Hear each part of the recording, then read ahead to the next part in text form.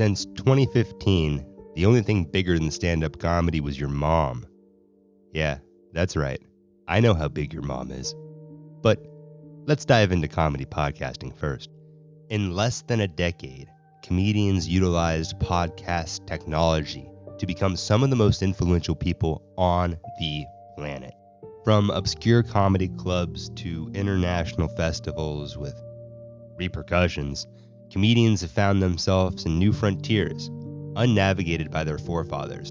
Like any new frontier, there will be winners, and there will be losers. But the morality of either isn't really up in the air.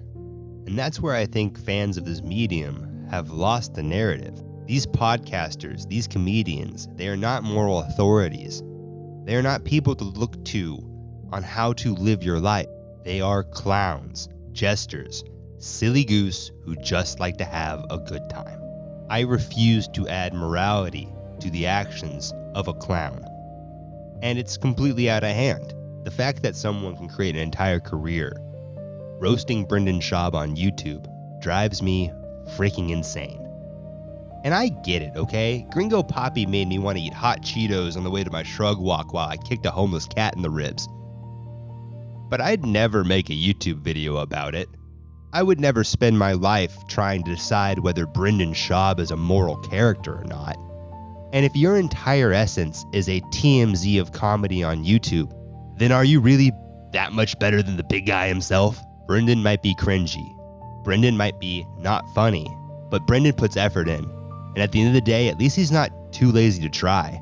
And in my eyes, that's pretty unique.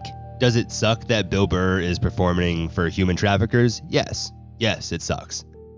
Is it worth me losing any sleep over it? No, not at all. Now, I'm not a fan of Saudi Arabia, not even in the least bit, but I don't judge anyone who goes there to perform for them. I actually heard the Dodgers are heading there next week after their World Series win, not to play any baseball, just to throw rocks at women. And I know what you're thinking in between Mountain Dew sips. But he's a hypocrite. But he said one thing and he does another. Shut up. If the worst thing someone can call you is a hypocrite, then congrats, you made it. Let's just take one step back, okay? Imagine this wasn't podcasts or comedians you were upset about, but rather a jester at your local king court. And all of a sudden you're filled with anger when you find out that the jester doesn't actually want to overthrow the monarchy, and is in fact just doing it for gold. He's a hypocrite, you might scream, but of course he's a hypocrite. He's got bells on his head and a rent payment due. That's not hypocrisy, that's show business. And in your eyes, it makes sense. The fool says one thing and does another. But to me, I think the foolish thing is to seek consistency from a clown. Now, I'm not making this video saying we can't criticize comedians, but rather when we do, I think it's necessary for us to understand who and what they are. You would never judge a stripper for being a hypocrite. You would never judge a salesman for being a liar.